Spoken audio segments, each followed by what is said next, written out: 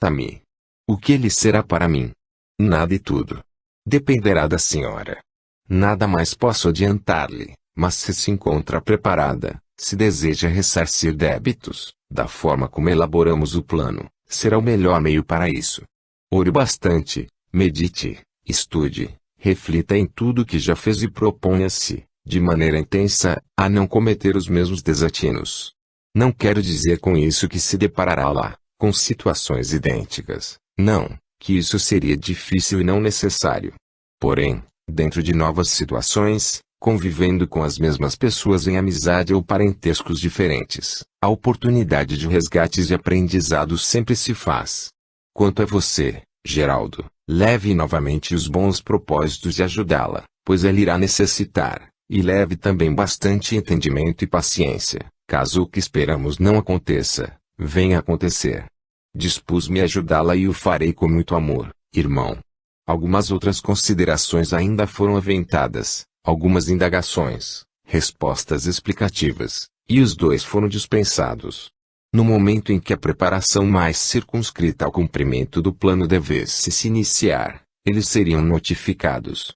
Não demoraria muito, por isso, recomendado-lhes foi que aplicassem a mente e o coração não só nos projetos em si, mas nas intenções mais profundas que eles traziam, de acordo com a solicitação de Virginia e a concordância de Geraldo. Os encontros entre eles tomavam outro rumo. As conversas convergiam para o que se passaria, e Geraldo, confiante até certo ponto, pois conhecia bem a esposa que tivera, fortalecia com palavras de estímulo e de apoio incondicional, para que se sentisse mais encorajada do que o demonstrava. Apesar do desejo de retomar, apesar das promessas feitas a si mesma, Geraldo receava novo fracasso, não por ele, que tudo suportaria se fosse pelo bem dela, mas por ela mesma que perderia uma excelente oportunidade de ressarcimento. As conversas com a irmã Jacobina foram prosseguindo na medida das disponibilidades e até do sacrifício de outras horas que a bondosa irmã passou a dedicar a Virgínia, compreendendo a necessidade pelo retorno que se daria, e o dia em que ela deveria recolher-se para a preparação mais intensa, objetiva e direcionada aos seus planos, chegou. Irmã Jacobina, levando-lhe a comunicação, estimulou-a bastante com palavras de encorajamento, fortalecimento e esperanças, mas tão convicta ela se mostrava que parecia não necessitar de nenhuma delas. O último encontro entre ela e Geraldo, que também partiria quase na mesma época, foi de promessas, sobretudo da parte dela, que demonstrou desejo ardente de compensá-lo pelos danos que lhe havia provocado, mostrando-se, também, amorosa e reconhecida pela aquiescência em acompanhá-la naquela nova incursão terrena. Sempre pronto a ajudar, sempre bondoso, agradecia-lhe a oportunidade de mais ajudá-la, amparando-a na terra, dizendo que ela lhe fizera um grande bem, pois que resgates ainda os possuía e era uma nova oportunidade de efetuá-los.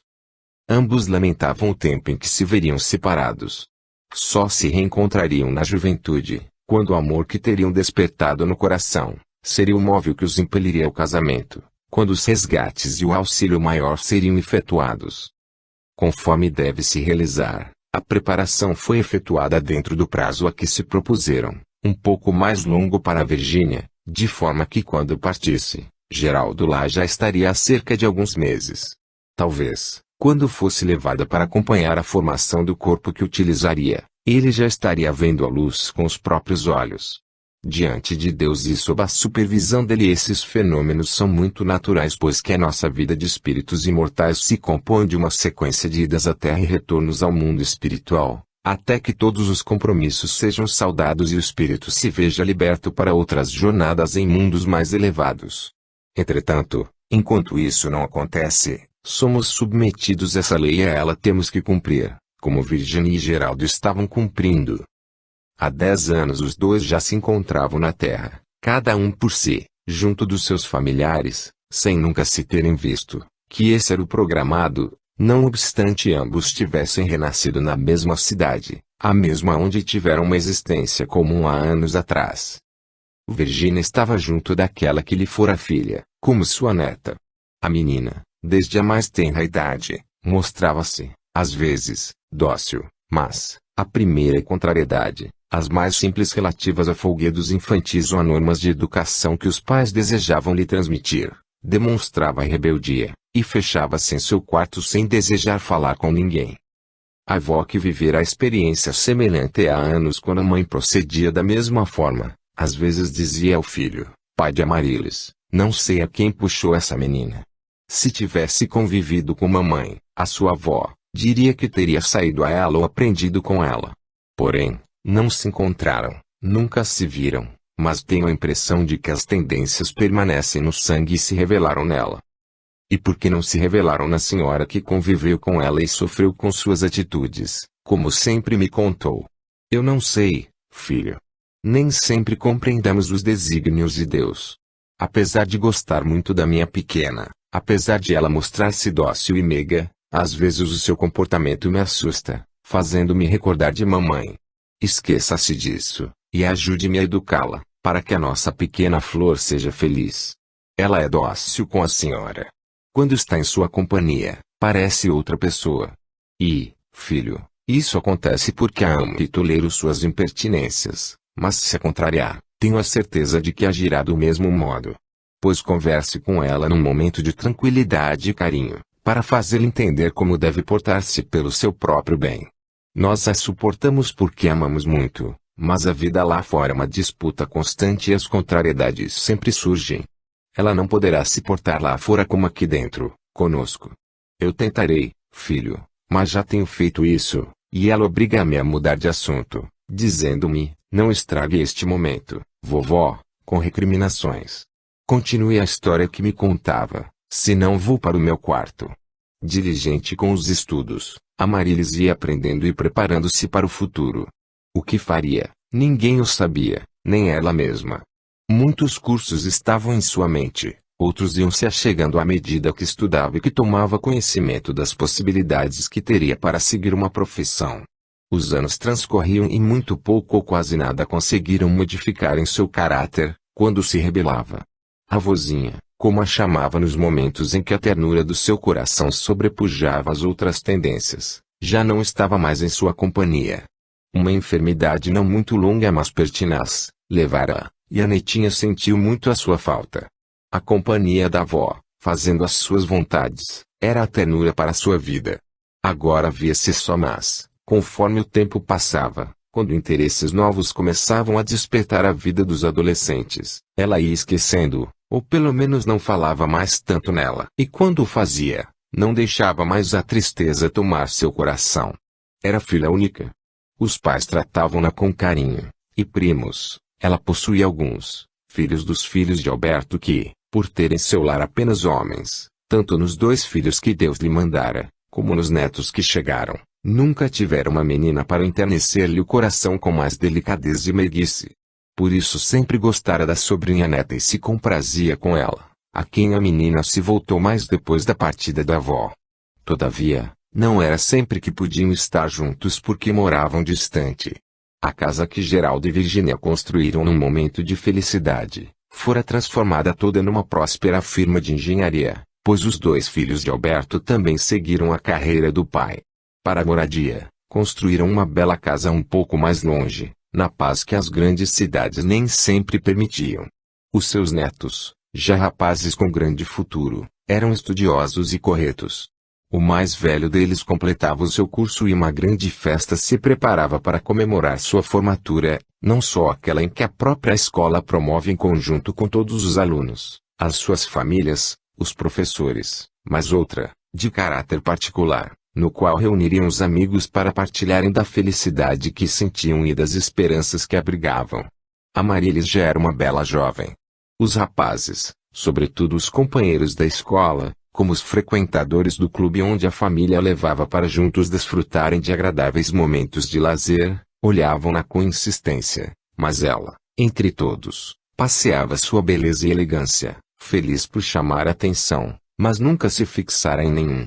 A festa estava já programada para o fim de semana, o sábado à noite, e poderia estender-se porque as horas preguiçosas do domingo lhes proporcionaria descanso necessário. Os preparativos se faziam e os convidados estavam ansiosos. Reuniriam não só as famílias amigas dos pais como alguns amigos particulares do jovem formando, e alguns mais chegados do curso que concluíra. Amarilis pensava na roupa que iria usar. Examinou tudo o que possuía e, como não se satisfizera com nada, pediu à mãe que lhe comprasse roupas novas. Devo aparecer bem vestida. Já pensou, mamãe, sou a única mulher nesta nossa família, e os primos quererão apresentar-me a seus amigos. Qual a sua verdadeira intenção ao comparecer a essa festa? Confraternizar com seu primo pela formatura, ou exibir-se entre os rapazes que lá estarão? Enquanto participo da alegria do primo, posso muito bem despertar o interesse dos rapazes. Por que isso agora? Você sempre foi abordada por muitos jovens, desejando namorá-la e sempre recusou, o que achamos muito bom porque os estudos devem vir em primeiro lugar. Agora já conto 18 anos, mamãe. E depois? Não sei, mas tenho um pressentimento de que esta festa me será importante. O que está esperando fazer? Nada além do que se faz numa festa. Divertir-me, dançar e comer alguma guloseima se me sentir despertada para isso. Amarilis, de fato, nunca se interessara por ninguém. Mostrava-se um tanto orgulhosa e arredia aos rapazes que se aproximavam dela, parecendo até sentir certo prazer em vê-los à sua volta e escapar assim que uma abordagem, desejando mais que uma simples amizade, lhe era feita. Contudo, para aquela festa, pressentia que iria encontrar o seu príncipe encantado, aquele que sempre esperou e nunca encontrou em nenhum dos rapazes que lhe apresentavam. Ela não estava de todo errada. Se nos lembrarmos da sequência que deve ter esta narrativa, saberemos que aquele que fora Geraldo, um dia teria que se encontrar com ela. Como a providência tem seus recursos para que o programado se cumpra, não obstante os envolvidos julguem obra do acaso, Amarilis, a Virgínia de outrora, o encontraria, nessa festa. Entre os amigos de seu primo estaria aquele que se dispusera a ajudá-la, nessa existência que mal começava a desenrolar as tramas desse longo fio, que poderia ser bastante linear ou apresentar-se bastante embaraçado, pelo rumo que cada um daria à sua vida. A primeira ponta, no entanto, teria início ali. Amarilis de nada se lembrava, mas uma sensação emergia de seu espírito que sabia, um momento ou outro iria acontecer e, com a proximidade dele, quando os preparativos do mundo espiritual se intensificavam para que o planejado se cumprisse, seu espírito captou e, por isso, tinha esperança, e até uma certa ponta de alegria inexplicável tomava-lhe o coração. 11. O encontro. Amarilis conseguiu a roupa conforme desejava, e, ao aprontar-se para a festa, estava linda. Portadora de muito bom gosto, ela sabia fazer ressaltar o que possuía de mais belo. Quando chegaram à casa do tio onde a reunião festiva se daria, muitos convidados já se faziam presentes. Os tios receberam-nos com alegria, mas não se ocuparam deles por muito tempo. Eram da família e ficariam à vontade, enquanto eles iam receber outros convidados. O primo que se homenageava era o centro das atenções. Entre uma pequena roda de amigos, não deixava de dar atenção aos que chegavam, desejosos de cumprimentá-lo, augurando-lhe uma carreira promissora. Ele apresentou a prima e os tios aos que o circundavam. Os rapazes olhavam para Amarilis com olhos de admiração, e as jovens que compunham o grupo procuraram ser gentis com ela. Os tios, vendo que nada tinham a fazer naquele círculo, pediram licença e retiraram-se, com a intenção de cumprimentar os demais parentes. Mas Amarilis, que já havia entabulado conversa com uma das jovens, ali permaneceu. Mais alguns convidados foram chegando, todos com o mesmo procedimento, mas nenhum interesse maior despertaram em Amarilis, conquanto não podemos dizer que tenha ocorrido o mesmo com os rapazes. Em dado momento, quando a grande sala estava já quase repleta, eis que um rapaz aproximou-se, colocou a mão no ombro do amigo fazendo voltar-se, e a alegria do encontro, revelada por ambos, foi muito grande. Depois do abraço efusivo, o homenageado da noite falou: estava sentindo sua falta. Pensei que fosse me fazer a desfeita de não comparecer. Você sabe que nunca faria isso. Nossa amizade e camaradagem não me permitiriam. Bem, quero apresentá-lo aos meus amigos, os que você ainda não conhece, e a minha prima. Ao vê-lo chegar, Amarilis já sentira seu coração pulsar mais agitado e uma certa ansiedade envolveu. Quando ele lhe dirigiu o olhar, pela indicação do amigo, seus olhos se fixaram nos dela, sem conseguir desviá-los. Ambos ficaram como que estáticos, despertando a admiração dos outros. Num dado momento, quebrando aquele encanto, O primo indagou, vocês já se conhecem? Não, nunca nos vimos, disse o jovem, como que retomando de algum lugar que nem ele sabia qual fosse. Tive a impressão de que fossem velhos conhecidos. Se nunca se viram e se surpreenderam um com o outro, só pode ser coisas do outro mundo, falou em tom galhofeiro um dos presentes. O que quer dizer com isso? Indagou o primo. Ouço dizer, lá em casa, pelos meus pais, que nascemos e renascemos muitas vezes, comumente entre as mesmas pessoas. Você acredita nisso? Perguntou o recém-chegado Amarilis. Não sei, mas tive a impressão de que já o conhecia. Quem sabe não se conhecem realmente desse outro mundo. Bem, a festa é aqui. Alegremo-nos e deixemos esse outro mundo para outra hora. O grupo foi se desfazendo e os dois, Amarilis e o jovem, permaneceram. Ele, sem cerimônia, indagou, a senhorita está sozinha? Não, vim com meus pais e tenho aqui alguns tios e diversos primos. Meu tio-avô deve estar por aqui também, mas ainda não o vi. Meu nome é Amarilis, não use nenhum tratamento cerimonioso comigo, se já nos conhecemos, como foi falado. Amarilis. E o nome de uma flor, sim, foi mamãe quem escolheu e eu gosto bastante. Não é comum e sinto-me bem como Amarilis. E o seu, como é? Chamo-me João, Amarilis e João, parece que combinam. Não vamos ficar aqui parados. Vamos nos divertir, quem sabe dançar, sugeriu a jovem. Os dois passaram o resto da festa juntos. Os pais da jovem, que não descuidavam dela, mesmo à distância observavam-na. Depois, aproximando-se, foram apresentados ao rapaz. A noite passou, os mais jovens divertiram-se, dançaram, e os mais idosos conversaram e distraíram-se com as guloseimas. Com o transcorrer das horas, os convidados foram se retirando, restando apenas os familiares e alguns amigos do jovem formando, entre os quais, João. Por ele, ficaria até o momento de Amarilis se retirar e ainda acompanharia até a sua casa. Ao ver que não mais podia permanecer, assim se expressou, não quero ir-me embora sem certeza de que poderemos nos encontrar outras vezes. Sinto que nascemos um para o outro e não quero perdê-la. Também desejo vê-lo outras vezes. Vá à minha casa. Você já conhece meus pais e eu lhes pedirei para convidá-lo. Assim está bem, mas quero passear em sua companhia, ter alguns momentos só para nós. Sinto que não conseguirei mais viver sem você. Tenhamos calma, tudo vem a seu tempo. Gostei da sua companhia, mas não podemos colocar nessa amizade todas as nossas esperanças de vida. Não sabemos o futuro. O futuro nós mesmos o fazemos, e eu quero construir o meu, contando com a sua presença, com o seu alento para animar-me, e o seu amor para fortificar-me. Não falemos em amor ainda, mas é o que eu sinto. Dá-me a impressão de que eu a esperava. Minha vida, agora, está completa. Entusiasmos próprios de um primeiro encontro, o tempo lhe provará que não é só isso. Já falamos sobre este assunto. Realmente, nascemos para nos unir. Não leve tão longe seus devaneios e não me coloque assim, no seu futuro, com tanta segurança. Nunca se sabe o que pode acontecer.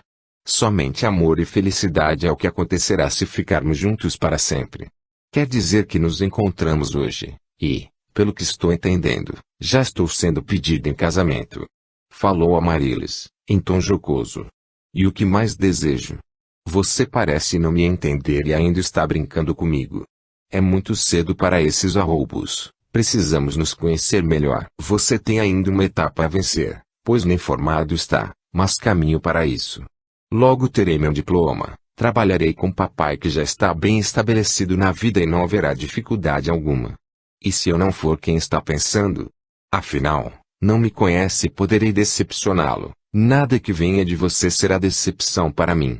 Eu a amo, se é isso que deseja ouvir. Não se ceda na demonstração dos seus sentimentos para não se arrepender depois. Eu nunca me arrependerei de nada. Tenho só a agradecer a Deus o tê-la encontrado hoje. Daquele dia em diante, não podemos dizer que o coração de Amarilis nem o de João estivessem livres.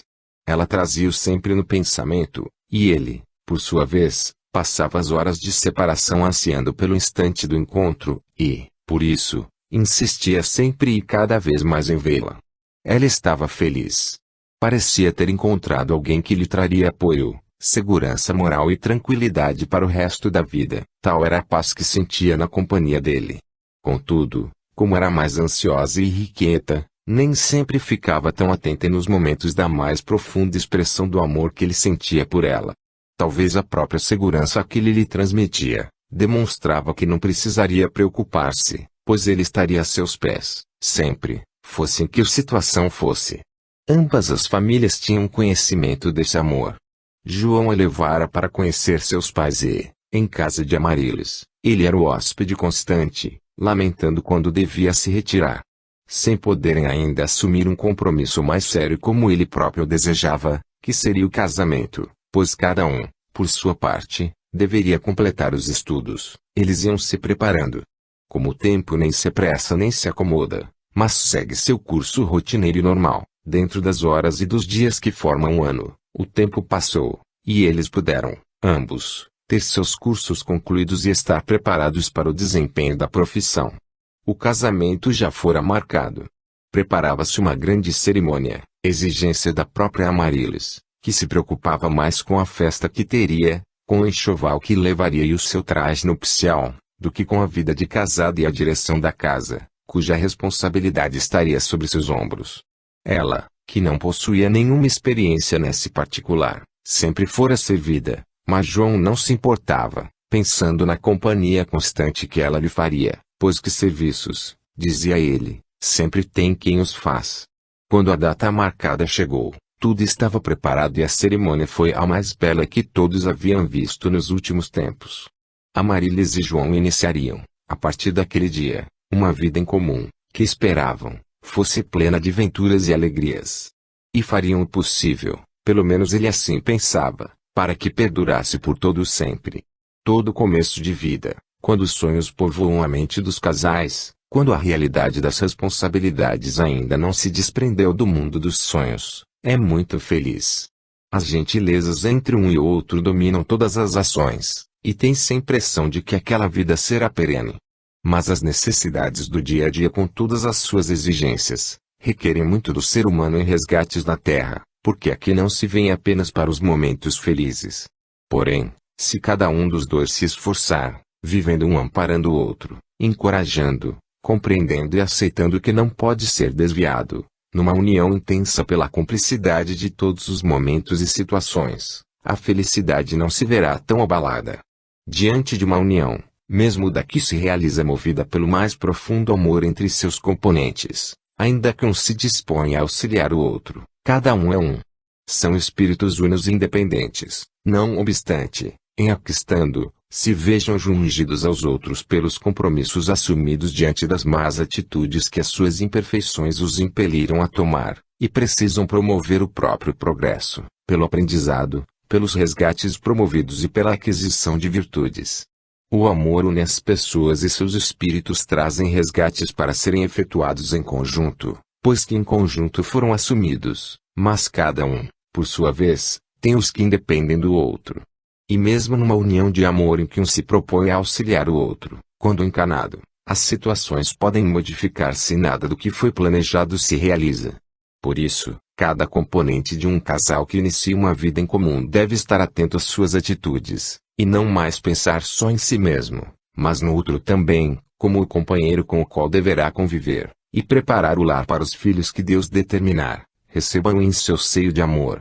Serão outros espíritos trazendo também os próprios resgates para serem efetuados, procurando oportunidades de aperfeiçoamento, tendo em vista a evolução que precisam promover como uma lei da qual não se pode fugir, seja hoje, seja daqui a milênios. Aquela união começava com grandes prognósticos de felicidade. Conquanto não houvesse uma grande diferença de idade entre eles, percebia-se o quanto ele era mais amadurecido, mais ponderado. Os pais de João, muitas vezes em contato com Amarílis, de quem procuravam sondar os mais íntimos sentimentos para verificar se ela merecia o amor do filho que teria como esposo, costumavam dizer que ele era um jovem velho, tão comedido era, tanto equilíbrio demonstrava em suas ações. O que não revelavam mas temiam é que depois de ter encontrado Amarílis, pareceu-lhes que ele perdera aquele bom senso equilibrado de suas atitudes, pois, como um menino, vivia sempre afoito para vê-la. Todavia, Examinada a família e mesmo a jovem, nada encontraram que os desabonasse, e o casamento fora aceito. Mas, em relação aos sentimentos que nada revelam senão sequer, eles temiam.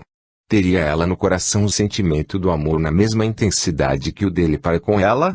Isto agora não importava mais. O casamento fora realizado e o filho estava feliz. Amarilis também demonstrava felicidade, e mais ainda seus pais, portanto ter entregado a filha a um homem de bem, alguém que amava e estava bem posto na vida.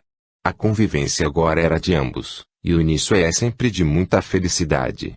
A casa do casal já estava preparada, os últimos retoques foram dados enquanto viajavam e, ao voltarem, encontraram-na pronta para os receber, com um suprimento de víveres para que começassem a vida sem essa preocupação, e 2 criadas contratadas para os servir. Amarilis nunca fizera nenhum serviço doméstico, e talvez não soubesse comandar a casa de início, mas com o tempo e ajuda das criadas, aprenderia. João não se importava com isso, dizendo que, enquanto ela não tivesse que se envolver com problemas domésticos, teria mais tempo para ele. A orientação do pai e a sua empresa proporcionavam a ele condições de desenvolver o seu trabalho, percebendo uma compensadora remuneração, porque era eficiente, esforçado e, mesmo antes de concluir o curso, já colaborara com o pai em muitos projetos. Amarilis, ao contrário, estudara, completara um curso sem muita convicção, apenas para satisfazer os pais e acompanhar o que faziam suas amigas, mas nunca desempenhar a profissão para a qual fora habilitada, nem para isso houvera tempo nem necessidade. Assim que se formou já ficou envolvida com preparativos do casamento, e João não pretendia tê-la fora de casa trabalhando. Ele aguardava, diariamente, o instante de voltar ao lar e encontrá-la linda, feliz e ansiosa pela sua chegada. A cada dia, na oportunidade desse momento, era uma festa para o coração de ambos. Com o passar do tempo, porém, em que o tédio do nada fazer era uma regra comum aos desocupados, Amarilis começou a queixar-se. Estou cansada, meu querido, de ficar o dia todo em casa. Nada tenho a fazer, as criadas são eficientes e fazem tudo. As horas não passam. Vivo todas elas só da espera da sua volta ao lar. Afora isso, estou me aborrecendo. Eu também vivo meu dia aguardando a hora de regressar para os seus braços. Às vezes me surpreendo absorto, parado, aqui junto de você, para onde trago o meu pensamento para mais desfrutar da sua companhia. Por que você não larga tudo, nessas horas e volta para mim? Poderíamos passear juntos. Infelizmente, querida, não posso. Preciso cumprir minhas obrigações, cuidando para não ser um engenheiro relapso e levar prejuízos a papai. Você deveria ter seu próprio escritório e não ficar dependente de seu pai. Não me sinto dependente dele. Trabalho, recebo meu salário justo pelo que faço e estou satisfeito. Como um engenheiro jovem ainda, tenho me saído bem, e, por enquanto, preciso do apoio de papai. E muito difícil que confie em quem mal acabou de receber o seu diploma. Futuramente, sim, pretendo ter minha própria empresa, ou, quem sabe, uma sociedade com papai que poderá ampliar a sua, ou até me passar o comando de tudo e desfrutar do justo e merecido descanso daqueles que sempre lutaram. Mas isso ainda demorará muito. E eu, que faço? Você fica me esperando, fazendo-se cada vez mais bonita para me receber, e quero que logo espere mais alguém que não só alegrará suas horas mas as minhas também, enchendo-nos de alegria. De que está falando? Você não entendeu? Entendi muito bem, mas não é o que pretendo por enquanto.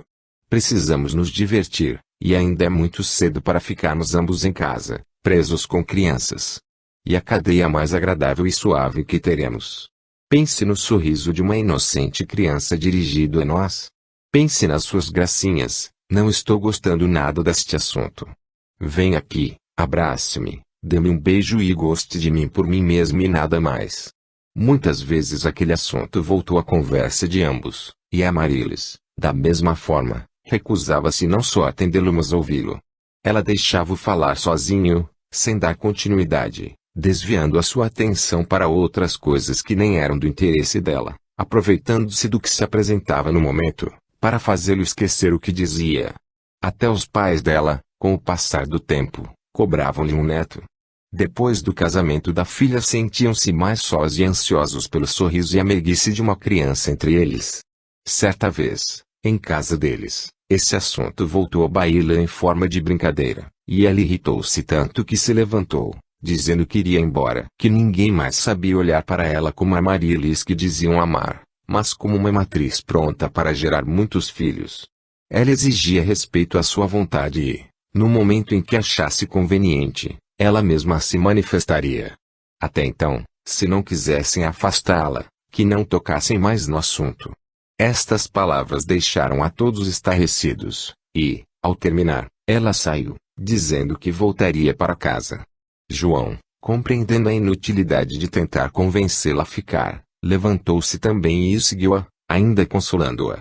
Ela nada respondeu e mais nenhuma palavra foi trocada durante o percurso, até entrar em casa, quando explodiu novamente, levantando outros problemas. A partir de amanhã, não vou mais ficar em casa sozinha, saindo só quando você pode acompanhar-me. Irei passear todas as tardes, pois também tenho o direito de distrair-me sem que ninguém me cobre nada. Acalme-se, querida.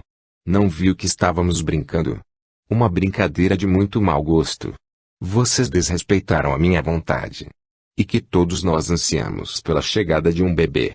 Eu, seus pais, sem falarmos nos meus, que todos vão a um orfanato e lá encontrarão muitas crianças. Se quiserem, poderão até levá-las para casa, não fale assim. Seja mais piedosa para com eles, que apenas expressam um desejo natural. Não voltemos a este assunto outra vez, está bem, querida? Eu respeito a sua vontade apesar de desejar muito um filho. Venha aqui comigo, aconchegue-se em meu peito que os meus carinhos a tranquilizarão. Quero ficar só e não desejo os seus carinhos. Não fale assim, Amarilis. Nós nos amamos, nem mais sei se isso é verdade. Você mesmo está destruindo o amor que tenho por você. Por querer ser carinhoso. Eu não compreendo. Eu amo e desejo vê-la feliz. Se não quer filhos, saberei respeitar. Você já está avisado. A partir de amanhã não vou mais ficar em casa sozinha, onde irá todas as tardes. A cada dia acharei um lugar diferente. Vou a uma compra, a um cinema, visitar alguma amiga que me compreende, a qualquer lugar, menos ficar em casa. A João não adiantava discutir. Deveria deixar a esposa fazer o que quisesse. Afinal, sair a passeio, ainda mais durante o dia, não havia mal algum. 12. O teste maior. Segundo o que prometera, Amarilis, quando o marido se retirava após o almoço, voltando para o trabalho, aprontava-se bem bonita, e, dirigindo seu próprio carro, saía para muitos lugares. A princípio, quando João voltava no fim da tarde, ela já se encontrava em casa e sempre tinha alguma novidade para lhe contar, do que vira, do que comprara, de quem encontrara, mas, com o passar do tempo, essa satisfação foi sendo esquecida e, se lhe a interrogasse, ela irritava-se. Sobre filhos, nunca mais ninguém falou. Até a casa dos pais ela não voltou, deixando-os muito aborrecidos. A mãe, frequentemente, lhe telefonava convidando-a, sabendo que a filha saía todos os dias, porém, ela recusava com alguma desculpa, pretextando um compromisso. João estava ficando preocupado com tantas saídas e com a sua recusa em comentar o que havia feito. O amor entre ambos estava ficando abalado, não por ele que amava cada vez mais, mas por ela que procurava afastar-se dele. Muitas vezes a interpelava, mas ela dizia que era a mesma, e ele é que deveria estar diferente. Certa vez, desejando tê-la mais perto de si, João propôs-lhe: se você não gosta de ficar em casa sozinha, e há tanto tempo deve visitar os mesmos lugares, por que não vai comigo ao escritório, no período da tarde, e não trabalhamos juntos? O meu trabalho seria muito mais agradável. Você imagina que eu, que tenho procurado sair para não me ver presa em casa, vou prender-me num escritório? Estaríamos juntos, quanto menos estiver junto de você, melhor me sinto. O que lhe fiz para ter abalado tanto os seus sentimentos para comigo? Eu a amo e sabia que era amado por você. O que aconteceu? Eu a decepcionei? Tenho procurado ser carinhoso e compreensivo, faço todas as suas vontades e a amo muito. Diga-me o que houve. Por que não me ama mais? Não desejo tocar nesse assunto. Eu não disse que não o amo, Não é preciso dizer. O amor sente-se e manifesta-se, e não precisa ser expresso em palavras mas em gestos e atenções. Você é muito romântico e sentimental. Eu sou mais realista e prática, é por isso que não combinamos. João estava preocupado, não só pelas atitudes de Amarílis para com ele, que sabia tolerar e compreender, mas pela falta de amor que elas revelavam. Tão pouco tempo de casados, uns poucos anos, se considerarmos que muitos casais têm uma vida toda, até velhice, de entendimento e compreensão, corolários do amor que deve unir duas almas. Amarílis era uma incógnita. Vez por outra, para que ele não a interpelasse tanto, aceitava os seus carinhos e havia dias em que ela própria os pedia, dando-lhe a impressão de que sua vida iria mudar. Mas, logo a seguir, tudo voltava como antes, decepando, pela raiz, qualquer esperança que pudesse ter renascido nele. Muitas indagações ele se fazia, muitas conjecturas e reflexões realizava, mas não encontrava nada que tivesse partido de si mesmo para que aquela situação entre ambos se efetivasse, e ela afastava-se dele cada vez mais. Entre todas as suas interrogações, uma suposição começou a irromper do mais íntimo do seu íntimo, mas ele temia só em pensar. Porém, era a única que explicava a mudança tão radical de Amarílis para com ele. Sim, fora desde que ela passou a sair de casa diariamente, que a situação no lar começou a mudar, decorrente da própria mudança que se operava nela. Embora não querendo pensar, tinha que admitir. Amarílis estava amando outro homem, não tinha dúvidas.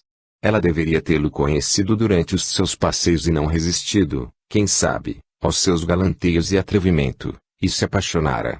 Contudo, destas reflexões, emergia um outro pensamento. Se ela já não o amava, se não sentia mais prazer em sua companhia e recusava os seus carinhos, por que não fora franca e não lhe revelara a verdade? Por que não fora viver com esse novo amor? Com certeza, ele também era comprometido, e estavam apenas tendo uma aventura. Como desejava segui-la para comprovar todas essas hipóteses. Entretanto, não se colocaria numa situação tão humilhante e, ao mesmo tempo, tão vil. Até o seu trabalho, que era de grande responsabilidade, estava sendo afetado. Não conseguia concentração para realizá-lo. E se falasse francamente com ela, fazendo-a confessar? Segundo as suas respostas, até a perdoaria, bastava que ela se modificasse daí em diante e se voltasse para o lar. Era uma situação deveras complicada e intrigante para o seu coração, mas nada havia a fazer, senão aguardar. Assim, esperou algum tempo suportando a sua indiferença, a sua pouca conversa com ele, mostrando-se sempre absorto e com o pensamento longe, e não tinha mais dúvidas, fora trocado por outro. Todavia, ele a amava tanto que não queria nem pensar em perdê-la. Fosse como fosse, queria perto dele, mesmo vendo-a tão afastada, não se importando mais se fingia ao aceitar seus carinhos. Após um tempo, ele começou a perceber que ela andava mais nervosa e irritada e, sem nada a explicar, já não estava saindo de casa com tanta frequência. Ele, como sempre, formulava as suas hipóteses, mas, dentre todas, jamais imaginou o que realmente estava ocorrendo. Quando Amarílis decidiu que não mais ficaria em casa sozinha, queria passear, arrumando-se cada vez mais bonita, em um desses passeios, despertou a atenção de um homem mais velho que ela, cujo olhar insistente nos olhos dela fê-la também se sentir atraída por ele. Nada demorou, abordou-o com galanteios ternos e amorosos olhares, penetrando seu coração por inteiro. Por insistência dele, o que era casual passou a ser combinado, e eles começaram a se encontrar quase diariamente. Iam a lugares afastados para não despertar atenção, e até locais de encontros amorosos mais íntimos começaram a frequentar. Mais ela se envolvia com esse cavalheiro, mais se afastava do marido. Era uma paixão avassaladora de ambas as partes. Por que não colocamos um ponto final em nossos encontros furtivos e não vamos viver juntos, sem medo, sem preocupações e preconceitos? Indagava-lhe Amarílis. Era tudo o que eu mais queria. Esse é, também, o meu maior desejo, mas sabe que não posso. Sou casado, nunca lhe neguei, e tenho filhos que precisam de mim. Eu a amo como nunca amei ninguém na minha vida, mas nos encontramos muito tarde. Contento-me com estes momentos, se mais não posso ter, e sou feliz apenas nestas horas. Não suporto mais voltar para casa. Meu marido anda desconfiado, às vezes chego depois dele, mas, como é muito bom e me ama, nada pergunta, talvez com receio de que lhe revele a verdade que não quero ouvir. Mas não podemos ficar assim a vida toda. Compreendo, querida, e gostaria de passar com você o resto dos meus dias, mas não posso. Por isso, vivamos os momentos em que nos encontramos e esqueçamos os outros. Sejamos felizes agora, e guardemos a lembrança dessa felicidade, para quando nos virmos afastados.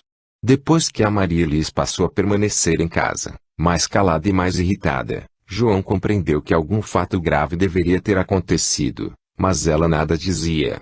Falava com ele apenas o necessário, nunca mais fez nenhum comentário sobre nada, e, por mais a interpelasse e desejasse aproximar-se, uma barreira intransponível fora colocada entre ambos, mantendo cada um à distância. João sofria muito e era evidente que ela também. A verdade era que os encontros, para aquele que tocara fundo seu coração, já não tinham mais o mesmo encanto, e ele começou a faltar aos compromissos. Sem a companhia dele, nada mais lhe interessava fora de casa, por isso voltava mais cedo, dando a impressão ao marido que deixara de sair. Dias depois ele retomava com alguma desculpa e tudo ficava bem outra vez, tanta era a alegria que ela sentia ao vê-lo.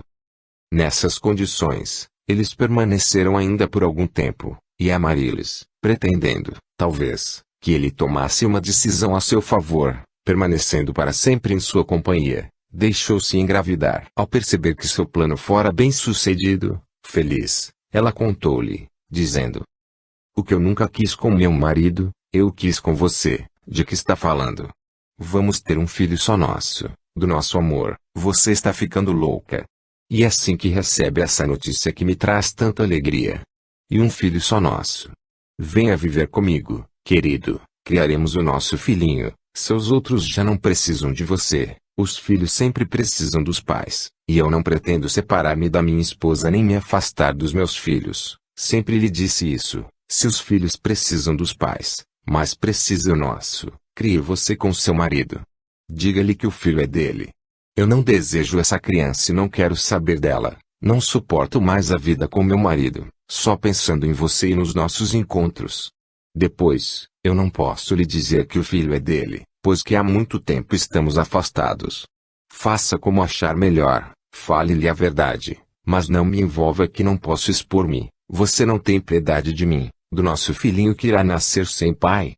Eu a amo, e mais ainda já amei, mas tenho a minha família e não vou deixá-la.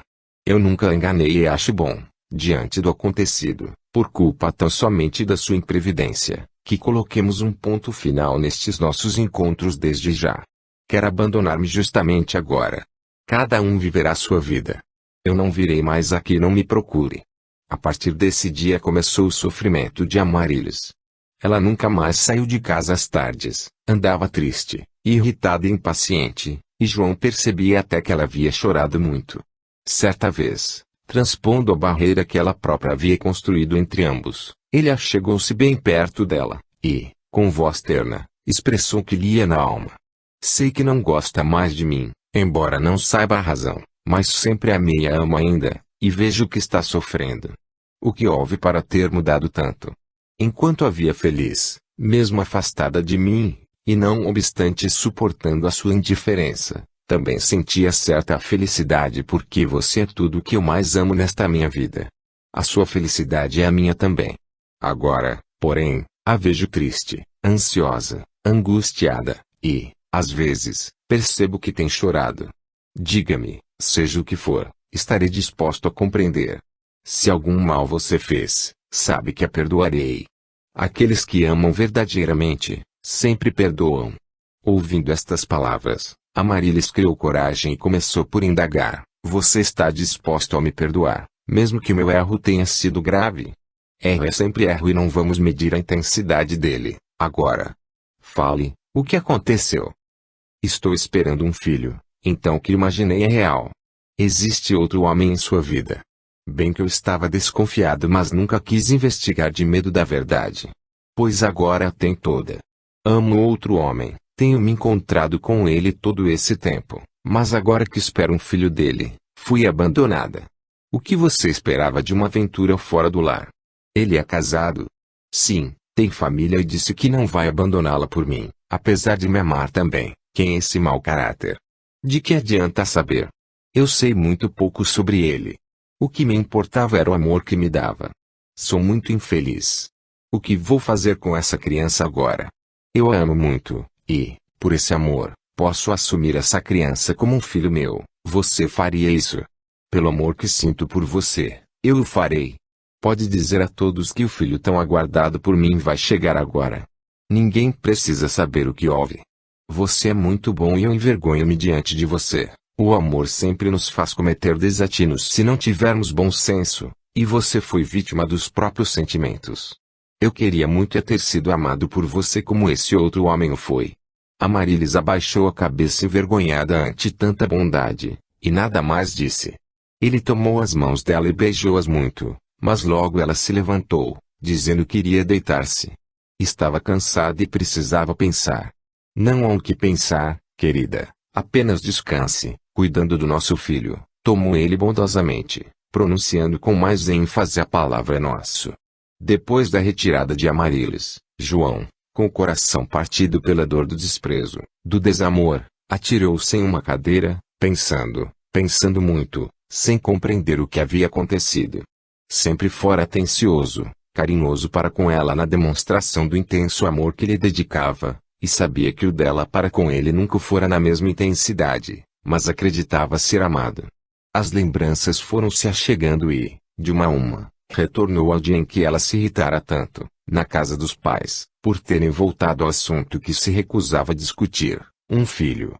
Ah, como a vida era traiçoeira, pensava ele.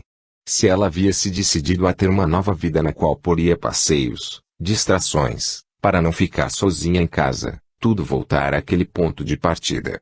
O que ela recusara terminantemente a ter com ele, o teria agora com outro, e ele, por amor, ainda aceitara aquele filho, resultado de uma traição, como se dele fosse. Seu coração sangrava, sua mente trabalhava, e ainda, acima de todos esses acontecimentos, estaria a mentira. Os familiares, felizes, festejariam a chegada do bebê tão aguardado, e ela, com certeza, voltaria com frequência para junto dos seus, pois não mais ouviria o que a desgostava. E ele, diante dessa situação, como deveria se portar? Como pai feliz que, a custo, havia conseguido o que tanto desejava, mas que, intimamente, apesar de não querer demonstrar, sentia-se muito infeliz. Não era fácil para ele ter se sentido rejeitado por tanto tempo, e depois aceitar o resultado do que ela procurara fora do lar. João não fora obrigado a isso, mas a amava muito e não pretendia perdê-la. Poderia, com toda a razão, devolvê-la aos pais como a mais pérfida das traidoras e recomeçar uma nova vida. Porém, como estaria o seu íntimo? Seria ele capaz de viver sem ela, de suportar a ausência da sua bem-amada, mesmo depois de tudo o que ela havia feito? Sabia que não. Sem ela, não teria mais razão de viver. Era preferível tê-la em sua companhia, na condição que fosse. Assim ele manteria o lar na esperança de que ela voltasse a amá-lo, mesmo em razão do reconhecimento do que estava fazendo, e não haveria humilhada e desonrada perante os outros. Aparentemente estava feliz, e o demonstraria para ela. Não tivera uma única palavra de recriminação diante da sua atitude. Receberia o filho de um amor clandestino como se seu fora, e continuariam a vida juntos. Colocados todos os pesos na balança do seu coração, o lado que deveria perdoar, aceitando o filho como seu, pesou mais e ele não vacilou em admitir que tomara a melhor decisão. Diante do mundo, quem soubesse, o julgaria um pusilânime, um covarde sem brio, sem caráter, sem amor próprio, mas, diante de si mesmo, conquanto sofrendo, estava em harmonia com a sua consciência e com seu coração. Com o tempo, seus sentimentos conturbados se apaziguariam, ele se sentiria bem e até aprenderia a amar aquela criança que não tinha culpa da imprevidência dos pais, como seu próprio filho. Ah, quantos sentimentos rondaram-lhe a mente que flutuava entre as lembranças do passado, a realidade presente e as expectativas do futuro, com uma rapidez incontrolável, conturbando-a, às vezes. Quando entendeu que em nada mais deveria pensar, pois a atitude já fora tomada. Num repente, levantou-se e foi até o quarto ver como Amaryllis se encontrava. Ela parecia dormir. Cuidadosamente se colocou ao seu lado e, recostado à cabeceira da cama, observava-a dormindo. Como era bela! Como a amava! Quantas histórias de esposas que traíam o marido já ouvira, e alguns, procurando vingança, expulsavam-nas de casa. E outros, mais violentos, achavam que deveriam lavar a honra com sangue. Ele, no entanto, ali estava ao lado dela, observando-a na serenidade que o sono transmitia às suas feições, tomando-as mais belas, e indagando-se o porquê daquela situação. Por que ela o traíra? Que atração tão forte sentira por aquele homem, que a ele se entregara sem barreiras e sem cuidados? Quem seria ele que também se sentiu tão atraído por ela, e onde estaria? No mesmo instante, como que uma voz interior irrompeu do seu coração, dizendo-lhe que a decisão estava tomada e não adiantariam indagações. O passado deveria ser, não esquecido que seria difícil, mas sufocado, para dar lugar a uma nova vida a partir de então, mesmo entre as feridas que ainda queimavam. Em pouco tempo ele viu Amaryllis voltar-se para o seu lado, e, acordando, surpreendeu-se. Você está aqui comigo? Dormiu bem? Descansou? Pensei muito, sinto-me envergonhada, mas consegui dormir um pouco. Parecia que, a partir de então, aquele assunto não seria mais discutido. Cada um, por sua vez, guardando mágoas, tristezas e decepções, conquanto de natureza diferente, se esforçaria para enfrentar o período que começava a viver, da melhor forma possível, sem agressões, sem cobranças, mas, esquecido, jamais seria. Cada vez que João olhasse para Amaryllis, relembraria de tudo, principalmente quando seu corpo começasse a demonstrar as primeiras modificações. Entretanto ele, que colocava o seu amor acima de todo e qualquer sofrimento que ela lhe ocasionara e ainda poderia ocasionar, pedia a Deus que o fizesse amar aquela criança que viria como um filho seu, e vivesse das alegrias que ele, na sua ingenuidade infantil, pudesse lhe proporcionar.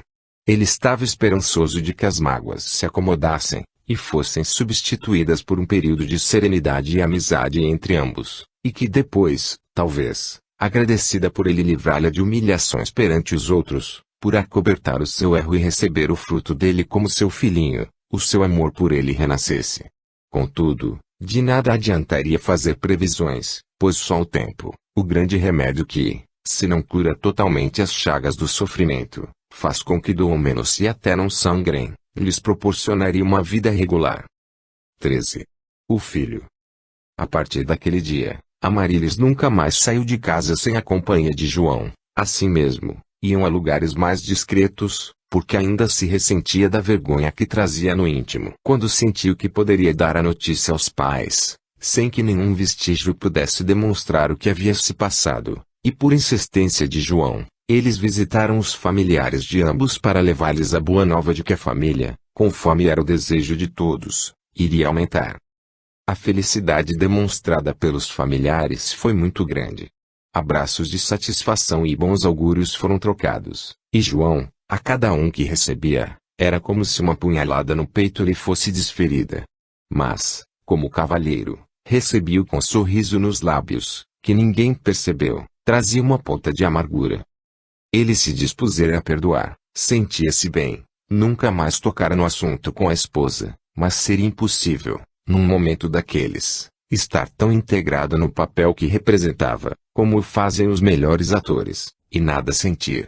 Ele fingia, esforçava-se, porém, não estava num palco onde, em pouco tempo, a representação terminaria, mas na roda viva da existência, onde as atribulações, as decepções, as frustrações e os problemas têm que ser vividos em toda sua intensidade. Depois que as famílias tiveram conhecimento, e as demonstrações de felicidade se asserenaram, mais uma etapa do que ele se propusera a enfrentar, estava cumprida. Todavia, não deixou de sentir pena de seus pais, que tanto se alegraram pela chegada do neto. Ele se oferecera em sacrifício do seu amor próprio, do seu orgulho, para viver aquela situação. Mas seus pais estavam sendo enganados e ele nada podia fazer. A representação deveria continuar, e os atores, quem sabe, tão bem inseridos em seus papéis, ainda não se confundissem com a realidade, diluindo a encenação, sentindo-se, não mais num palco, mas perfeitamente incorporados no dia a dia da vida real, esquecidos do papel que precisaram representar. O tempo foi passando. Amaryllis esforçava-se para demonstrar gratidão e voltava, aos poucos, a aceitar, não tão à vontade, mas satisfeita com eles, os carinhos que timidamente o marido lhe fazia, na esperança de que a vida de ambos ainda voltasse à normalidade que ela, com sua imprevidência e desatino, havia destruído. A época do nascimento do bebê estava cada vez mais próxima. Quando a data da sua chegada estava prevista para daí a poucos dias, João, pedindo desculpas a Amaryllis, dizendo que seria a última vez que tocaria naquele assunto, indagou: "Você nunca mais teve notícias daquele homem?" Não desejava dizer, do pai de seu filho, porque pretendia cada vez mais acreditar que ele mesmo era pai daquela criança que em poucos dias viria à luz. "Nunca mais. Não sei o que foi feito dele, nunca mais me procurou, nunca mais o vi." "Assim é melhor", exclamou João com voz sumida. Era preciso voltar a este assunto hoje, porque daqui a alguns dias nossa família irá aumentar, o nosso filho irá nascer, e eu preciso ter a certeza de que não só você, mas ele também, nunca será abordado por aquele que o desprezou. Ele será o nosso filho, será criado por nós, levará o meu nome, e espero que tudo seja esquecido. A criança não é culpada de nada e não merece sofrer pelo pai verdadeiro que tem. Depois que ele nascer, nunca mais, em nenhum momento, por razão nenhuma, este assunto voltará à discussão. Quero preservado de problemas e decepções." Amaryllis ouviu o marido até o fim e não disse mais nenhuma palavra. Nesses seus instantes de silêncio, João, do mais profundo do seu ser, gostaria de ter a capacidade de ler pensamentos. Ela demonstrava esforçar-se, tinha de ser grata a ele por tudo que lhe fizera, porém, e os seus pensamentos? Onde estariam durante seu mais profundo silêncio? E o seu coração, estaria liberto do amor que aquele homem lhe inspirara? Muitas vezes, mesmo em meio às grandes decepções, não se consegue esquecer o ser que as provocara. Se, antecedendo a elas, um amor os uniu, momentos felizes foram vividos, juras de amor e carinhos foram trocados. Por isso João supunha que aquele homem ainda permanecia no coração da esposa, mesmo distante e totalmente ausente, sobretudo quando a hora do nascimento do seu filho se aproximava. Com certeza pensava até se ele teria alguma semelhança com o pai, se traria algum de seus traços, algum detalhe de seu rosto para fazer-se presente diante dela 24 horas por dia. João também abrigava esse pensamento, receando e pedindo a Deus que não trouxesse nenhuma parecença com o pai, para mais fácil ser esquecido e ser considerado seu filho. Entretanto, com receio ou não, com preocupações, ansiedade ou calma, o tempo segue seu curso e os dias que ainda faltavam para que aquele corpinho completasse seus últimos detalhes para se mostrar à luz, transcorreram, e, numa madrugada, João foi acordado por Amaryllis em dores, dizendo que a hora havia chegado. As medidas finais foram tomadas, porque as que antecedem essa hora e podem ser providenciadas, já haviam sido, e João levou a um hospital, cujo médico acompanhara aquela gravidez desde que Amaryllis a comunicara ao marido. Expectativas, preocupações e aqueles mesmos receios agora eram mais intensos, mas, decorrido o tempo necessário para que ele se fizesse presente neste mundo de tantas provas e expiações, o seu primeiro vagido foi ouvido. Era um forte e belo menino. João recebeu com alegria uma certa mágoa. Contudo, como já vinha se preparando interiormente para aquele momento, procurou nulificar receios e a alegria não foi difícil de ser demonstrada. Quando pôde estar com a esposa, ela, sem ter o que lhe dizer, apenas olhou e respondeu à pergunta que ele lhe fizera, dizendo: "Estou bem. Muito obrigada, eu estou feliz. O nosso filho veio ao mundo, mas ainda não o vi. Ele é forte e bonitinho, logo será trazido arrumadinho para nós. Não se esqueça do que já conversamos." As palavras eram difíceis, mesmo com tanto esforço e promessas, mas, ao seu primeiro sorriso, quando ele pronunciasse pela primeira vez a palavra papai, quando erguesse os bracinhos pedindo o seu colo, todas as mágoas estariam esquecidas de vez. Assim esperava João. Entretanto, ao ter esses pensamentos como uma desculpa a si mesmo pelos temores que trazia, Muitas indagações surgiram-lhe na mente. Seria justo afastar assim uma criança inocente do seu pai verdadeiro e iludi-la com outra paternidade, enganando-a. Mas se o próprio pai não se importou com ela, o que fazer numa situação dessas? Pai